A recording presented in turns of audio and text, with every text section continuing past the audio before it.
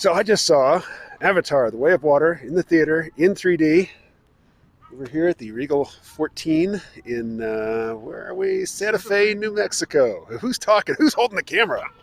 My name is Kevin. I've been a Sea Realm listener for a while. A while? Occasional A while. correspondent. Geez, it's easily over 10 years. I'm not even sure. 12 years or so. I think I ran into you before I went into the Peace Corps in 2005, maybe something like around that time. So what'd you think? I was impressed. Like everybody says, it's visually gorgeous. My eyes got dry from not wanting to close them several times. My eyes were wet on a few occasions. Yeah, that's true. It was definitely moving. There were a couple of criticisms I read that I didn't think were valid. People criticized the pacing and they thought it was slow in the middle, and I just did not find that was the case. People criticized Spider's last decision, which I won't spoil here, but I could totally see that. So, I did not think that was poorly written at all. It was pretty well written. It was not one of those smart puzzle sci-fi movies where it just blows your mind. It was what you see is what you get, but it was well done. So I'll pick up and amplify on something you just said, which is first the pacing. It starts off really fast. Yeah. So yeah, when they get to the underwater, and this is where James Cameron. I mean, he's an avid scuba diver, and he's an avid submersible junkie, and he just lives for the ocean.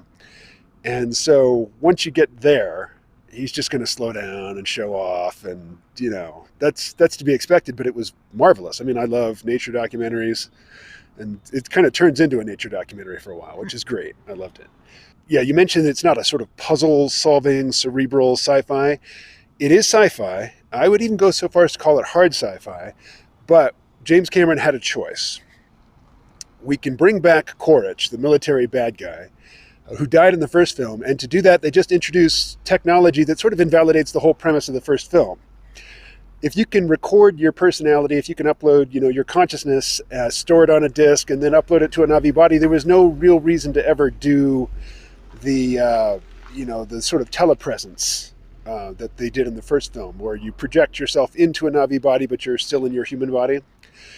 If that tech existed and it was as casual as they made it seem, there just wasn't any. It just invalidates the whole first film. But Cameron had a choice.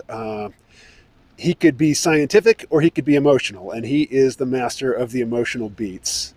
And he made the right choice. I mean, the film was. I knew that was a problem going into the film. That was the one spoiler I got, so I was prepared for it. I was prepared to let it go, but it took no effort. He made the right choice. It is an emotionally compelling film, and that's his thing.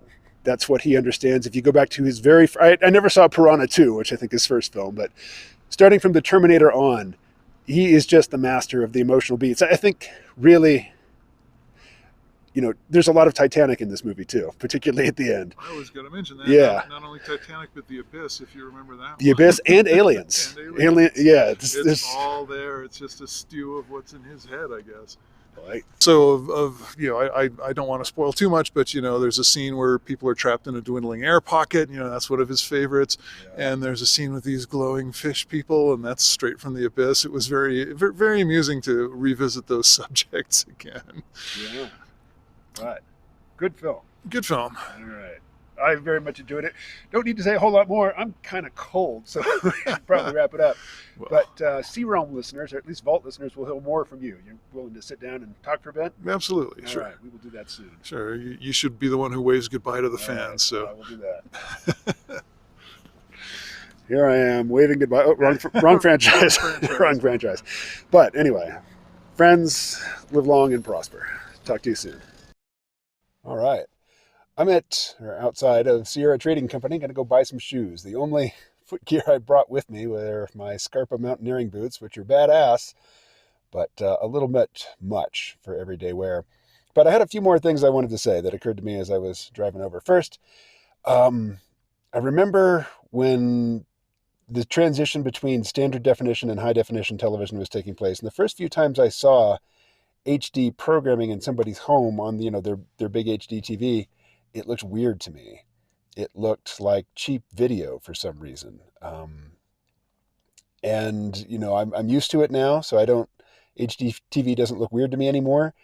But this film looked weird in that same way. It was like too crisp. I don't know if it was the frame rate, if it had a higher frame rate or some kind of higher resolution or something, but it kind of read like cheap video. But that really sold the CGI. It never looked like CGI. It always just like photographed objects. And I think the cheap video effects sort of enhanced that. You know, lots of these scenes, which I absolutely know, you know, were these very complex composites of different types of elements. They just looked like, you know, handheld video shot in the field. And that was cool. That was really cool.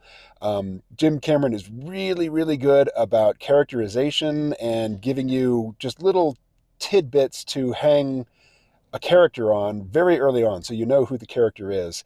The one place where it fell down were Jake's two sons. He's got an older son and a younger son, and I just couldn't really remember which was which. I didn't remember which had 3 fingers, which had 4. I'm not even sure, spoilers, which one died. So on a second viewing, or maybe I'll have to do some reading and get the two sons straight, but they kind of got mixed up in my head. People criticized the spider character. I think Kevin was making mention of that. He was great. And there were so many shots where, you know, this human character who is in camera being photographed on set is interacting, touching, lifting, pulling, being carried by, you know, CGI characters. I had never noticed any difference between the CGI characters and the photographed human characters. They just seem to occupy the same space, the same reality. So, you know, it occurred to me watching this that maybe it took a decade and a half, but Sam Worthington really seems to have beaten his Australian accent. James Cameron really seems to have beaten the uncanny valley. At no time was I ever creeped out by the Na'vi. I mean, that was true in the previous film as well. But this one, with the, you know, the realism, the textures, the lighting, everything cranked up from where it was before. The characters still were not only convincing, not only appeared lifelike, but they're just very appealing to the eye. And they just really did seem alive, which is kind of the magic of motion capture, I guess. But anyway, I'm going to go buy some shoes. I will talk to you again soon.